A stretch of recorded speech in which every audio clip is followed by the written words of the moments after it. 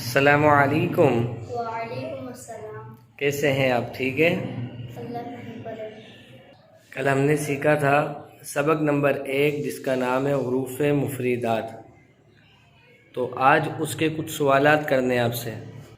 یہ بتائیے حروف مفردات کتنے ہیں؟ حروف مفردات 29 ہیں۔ ماشاء اللہ۔ یہ بتائیے سبق میں کتنے حروف پور ہوتے ہیں؟ سبق نمبر 1 جو ہم نے پڑھا حروف مفردات والا، کتنے حروف پور ہوتے ہیں؟ 7۔ اور جو 7 حروف پور ہوتے ہیں انہیں ہم کیا کہتے ہیں؟ حروف مستعلیہ۔ حروف مستعلیہ کہتے ہیں پور حروف جو پڑھے جاتے ہیں سبق میں۔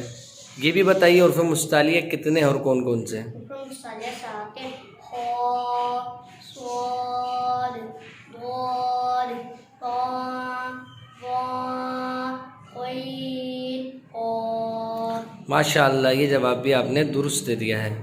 یہ بتائیے حروف صفیلیہ کتنے ہیں، یعنی سیٹی والے حروف جن میں سیٹی آتی ہے؟ حروف صفیلیہ 3 ہیں۔ صاد، ظا، سین۔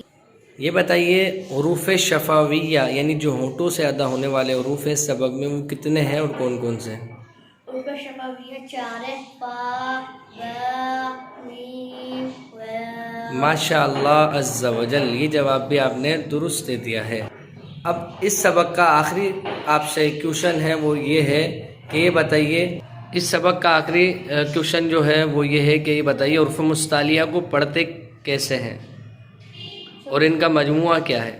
حروف مستعلیہ کو ہمیشہ ہر حالت میں خود یعنی موٹا پڑھے اور ان کا مجموع خود سوادہ ہوتے ہیں۔ ماشاء اللہ، تو اس طرح ہمارا سبق نمبر 1 آج کمپلیٹ ہوا۔